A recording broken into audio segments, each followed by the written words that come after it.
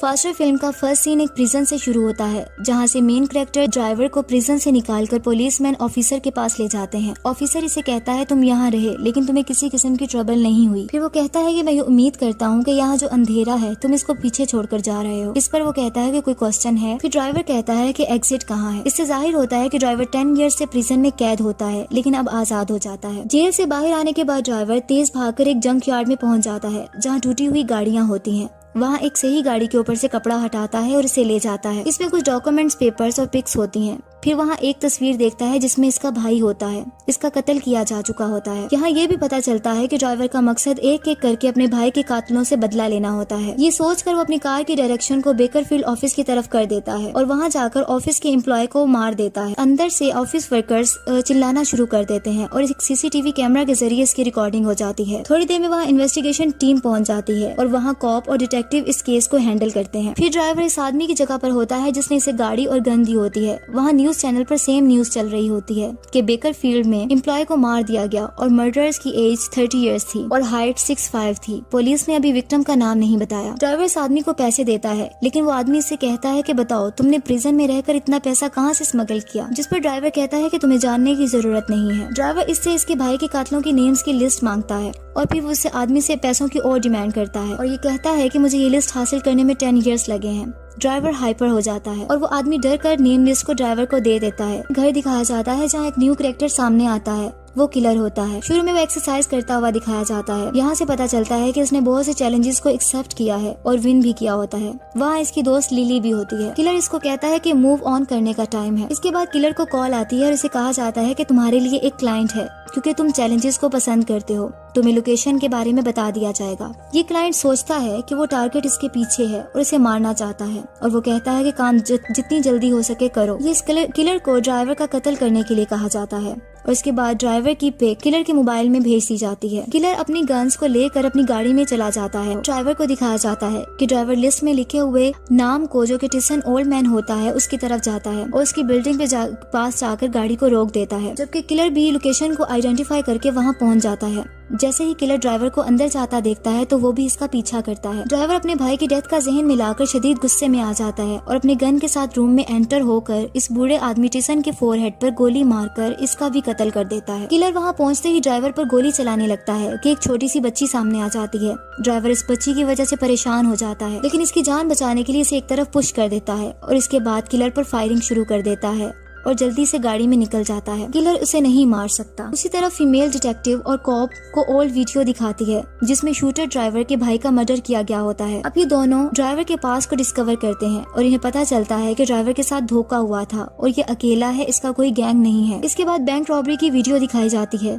कि कैसे ड्राइवर के भाई ने बैंक रॉबरी के बाद अपने साथियों को ड्राइवर की गाड़ी में बिठा लिया था। उसके बाद दूसरे गैंग ने इसे पकड़ लिया था और तो दूसरे गैंग ने इनसे पैसे मांगे थे और पैसों का पूछा था। ड्राइवर इनसे रिक्वेस्ट करता है कि तुम मेरे भाई को शूट नहीं करो। ड्राइवर का भाई इसको कहता रहता है कि इन्हें कुछ नहीं बताना, लेकिन ड्राइवर अपने भाई की फिक्र करते हुए बता देता है कि पैसा किचन के फ्लोरबोर्ड के नीचे है। इसके बावजूद ड्राइवर के भाई की गर्दन को काट कर कत्ल कर दिया जाता है। ड्राइवर जोर जोर से नो कहकर चिल्लाता है, लेकिन कुछ नहीं कर पाता। इसका भाई इसके सामने जान दे देता है, जबकि इनमें से ओल्ड मैन टिसन वीडियो बनाता है और उसको कहता है कि स्माइल करो कैमरा के सामने। ड्राइवर से गुस्से में कहता है कि मैं तुम सबको मार दूंगा। डिटेक्टिव कहती है कि अब इन वीडियोस में जितने लोग हैं जिन्होंने इसे मारने की कोशिश की और इसके भाई का मर्डर किया, वो इन सब के पीछे जाएगा और इनका कत्ल कर देगा। इसी दौरान डिटेक्टिव और कॉप को न्यूज आती है कि टिसन ओल्ड मैन का कत्ल हो गया है और वो जल्दी से वहाँ पहुँच जाते हैं। पता चलता है कि गन से फायर करके 2 पर्सन्स के दरमियान हुई। इसके बाद दोनों गायब हो गए। फिर दिखाया जाता है कि ड्राइवर मोटेल पहुँचता है। इस होटल के रूम में न्यूज देखता है इस मर्डर के बारे में जो ड्राइवर ने किया होता है। मॉर्निंग टाइम में दोबारा ड्राइवर अपनी गाड़ी लेकर निकल जाता है और एक घर के सामने पहुंचता है जो कि एक लेडी का घर होता है। घर में वो लेडी अपनी बेबी के साथ होती है और ये ड्राइवर लेडी की पुरानी दोस्त होती है। वो अंदर अपनी गन लेकर जाता है और वहाँ जाकर फ्रेम पिक देखता है। वो लड़की इसके करीब आती है और फ्रेम लेकर इसको स्लैप कर देती है और कहती है कि तुम यहाँ क्यों आए हो और तुमने मुझे प्रिजन में आने से क्यों रोका था। फिर वो ड्राइवर को बताती है कि मैंने अपनी नई जिंदगी शुरू कर ली है। ये सुनकर ड्राइवर वहाँ से चला जाता है। अब ड्राइवर का नेक्स्ट टारगेट निक्सन होता है और वो स्ट्रिप क्लब में होता है। जल्द ही ड्राइवर स्ट्रिप क्लब में पहुंच जाता है जहां बहुत से आदमी खड़े होते हैं और वहां निक्सन भी होता है। निक्सन हकीकत में वही आदमी होता है जिसने इसके भाई का कत्ल किया होता है और इसको काटा होता है। ड्राइवर अंदर जाता है और वो गन लेकर नहीं जा पाता क्योंकि चेकिंग करके अंदर जाने दिया जाता है। ड्राइवर अंदर जाकर वहाँ से एक स्क्रू ड्राइवर जैसा टूल लेता है और वहाँ पहुँच जाता है जहाँ निक्सन होता है और निक्सन इसे देखकर कहता है मैं एक्सपेक्ट कर रहा था कि तुम यहाँ आओगे। वो आदमी ड्राइवर को देखकर पहले डर जाता है लेकिन अपना नाइफ फिर निकाल लेता है ताकि ड्राइवर को मार सके। दोनों की फाइट शुरू हो जाती है। इसके बाद ड्राइवर अपने टूल को इसमें स्टैब कर देता है जिससे वो बहुत ज्यादा जख्मी हो जाता है। ड्राइवर को लगता है कि निक्सन मर गया है लेकिन अभी भी निक्सन जिंदा होता है। ड्राइवर के जाने के बाद इसको हॉस्पिटल ले जाते हैं।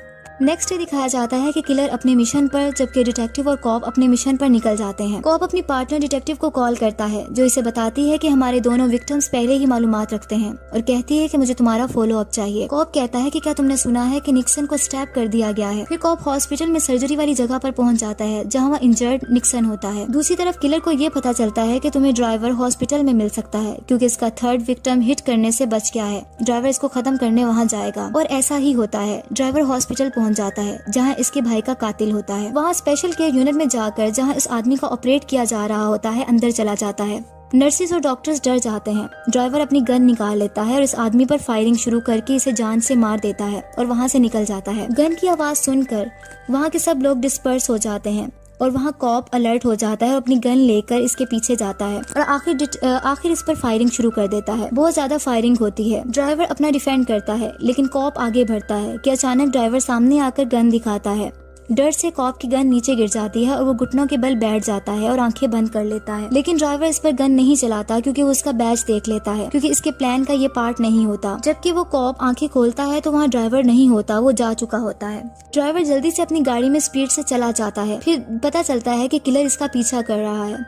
ड्राइवर का पीछा होता है और किलर अपनी कार में बहुत स्पीड से इस कार का पीछा करता है। आखिर दोनों कार्स एक जगह रुक जाती हैं। ड्राइवर किलर की कार व्हील पर फायर कर देता है जबकि किलर ड्राइवर पर फायर करता है जिससे इसकी नेक पर बुलेट लग जाती है और खून बहता है। ड्राइवर जल्दी से अपनी कार को स्पीड से ले जाता है। किलर को कॉल आती है जिसमें एक आदमी कहता है कि क्लाइंट ये काम करने जल्दी चाहता था और ये चाहता है कि तुम अगर ये नहीं करना चाहते तो नहीं करो। जिस पर किलर कहता है कि नहीं, मैं ये काम करना चाहता हूँ। अब ड्राइवर को शूट किया जा चुका होता है गर्दन पर, उसका खून बह रहा होता है। वो इस जख्म के साथ एक घर में पहुँचता है जो कि इसकी मदर का घर होता है और वहाँ अपने फादर को तलाश करता है। फिर उसे पता चलता है कि 3 या 4 साल पहले ही इसका फादर मर चुका है। उसके बाद वो उसकी मदर जो उसकी माँ होती है वो इसकी नेक पर गन शॉट के वंड पर स्टिच करती है और पूछती है कि तुम प्रिजन से कब बाहर आए हो, जिस पर ड्राइवर बताता है कपल ऑफ डेज। उसके बाद ये भी बताया जाता है ड्राइवर यहाँ अपने फादर का कत्ल करने आता है। इसकी माँ कहती है कि अगर तुम सोच सकते हो कि एक बाप अपने बेटे का मर्डर करवा सकता है, वो तुम्हारे भाई से बहुत प्यार करता था और ये सच है, तुम्हारी गलती भी नहीं। मैं सॉरी करती हूँ कि मैं तुम्हें प्रोटेक्ट नहीं कर सकी। और वो रोने लगती है। फिर ड्राइवर कहता है कि मेरा भाई सिर्फ अकेला था जो मेरा ख्याल रखता था।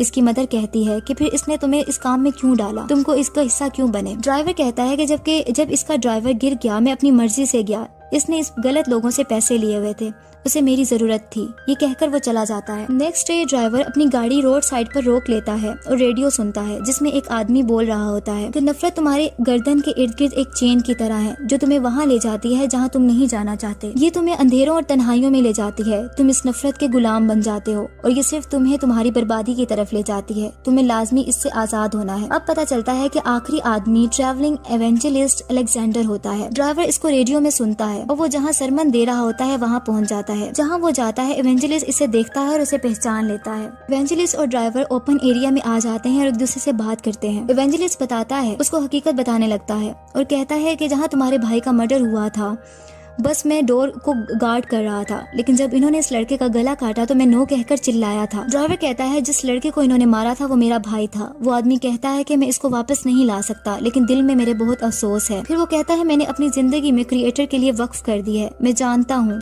कि शैतान ने तुम्हारे दिल को ट्विस्ट कर दिया है बदले से और नफरत से। फिर वो कहता है कि क्रिएटर मेहरबान है, वो तुम्हारी रूह में देख सकता है। ड्राइवर कहता है कि तुम्हारा सरमन ओवर हो गया। सरमनर जो इवेंजलिस्ट होता है वो इससे माफी मांगता है, लेकिन ड्राइवर कहता है कि मैं माफ नहीं कर सकता। ड्राइवर आसमान पर परिंदों को उड़ते हुए देखता है जबकि इवेंजलिस्ट मुसलसल दुआएं कर रहा होता है। उसके बाद ड्राइवर फायर करता है लेकिन वो फायर हवा में होती है। वो इसको नहीं मारता और उसे कहता है कि अपनी फैमिली में वापस चले जाओ। इससे पता चलता है कि इवेंजलिस्ट की जान बच गई है और उसे माफ कर दिया जाता है। फिर ड्राइवर चर्च में अपने भाई की तस्वीर को देखता है और पिस्टल के साथ टेबल पर रख देता है। किलर थोड़ी देर में वहाँ पहुँच जाता है और ड्राइवर को गन पॉइंट पर रखता है और इस तरह को वहाँ से अभी बाहर से गुजरता है और वो दोनों की कार्स को देखता है, किलर्स की और ड्राइवर की। उसके बाद उसे उसे डिटेक्टिव की कॉल आती है और वो उसे बताता है कि दोनों यहाँ हैं और वो हैरान हो जाती है। डिटेक्टिव कहती है कि इसका वेट करने का बोलती है, लेकिन वो कहता है कि मैं फ्लो के साथ चलना चाहता हूँ और अपनी पिस्टल लेकर वो भी चर्च के अंदर जाने लगता है। अंदर किलर ड्राइवर को कह रहा होता है, मैं तुम्हें काफी दिनों से मारने की कोशिश कर रहा हूँ और तुम मेरे अगेंस्ट कुछ नहीं करना चाह रहे। मुझे लगता है तुम मुझे सीरियस नहीं ले रहे हो। ड्राइवर पूछता है कि तुम मुझसे क्या चाहते हो, तो वो कहता है प्रोफेशनल कर्टिसी।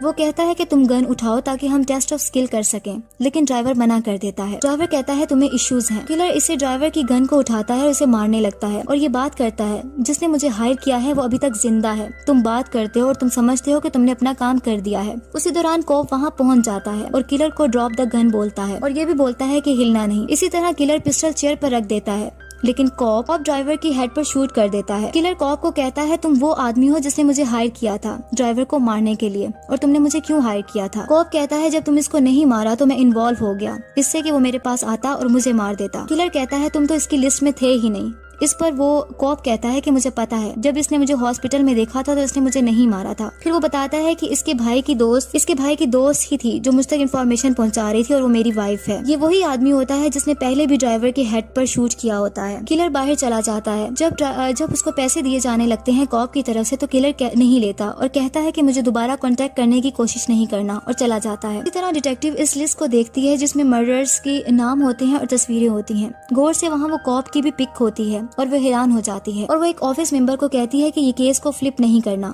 दूसरी तरफ कॉप अपनी फैमिली को कॉल करता है और उसे कहता है कि मैंने केस को क्लोज कर दिया है, परेशान नहीं होना, मैं कपल आवर्स में घर पर आ जाऊंगा, सब ओवर हो गया है। इतनी देर में ड्राइवर इसकी बैक साइड पर आता है और इसे शूट कर देता है। ड्राइवर जिंदा होता है। मरते मरते कॉप पूछता है कि तुम जिंदा कैसे हो। ड्राइवर इसे मेटल दिखाता है जो इसके सर की बैक साइड पर लास्ट में सेट की गई थी। कॉप कहता है कि मैंने अपनी हेल्थ खुद बनाई है। ड्राइवर इस पर दूसरा गन फायर कर देता है जिससे कॉप की डेथ हो जाती है। डिटेक्टिव वहाँ पहुँचती है और उसको कॉप की डेड बॉडी मिलती है। ड्राइवर सब मर्डरर्स को मार चुका होता है जो कि इसके भाई के कत्ल में इन्वॉल्व थे, सिवाय एवेंजलिस्ट अलेक्जेंडर के, क्योंकि उसने माफी मांग ली होती है। आखिर में ड्राइवर अपने भाई की एशेस को समुंदर में बहा देता है क्योंकि वो अपने भाई का बदला ले चुका होता है।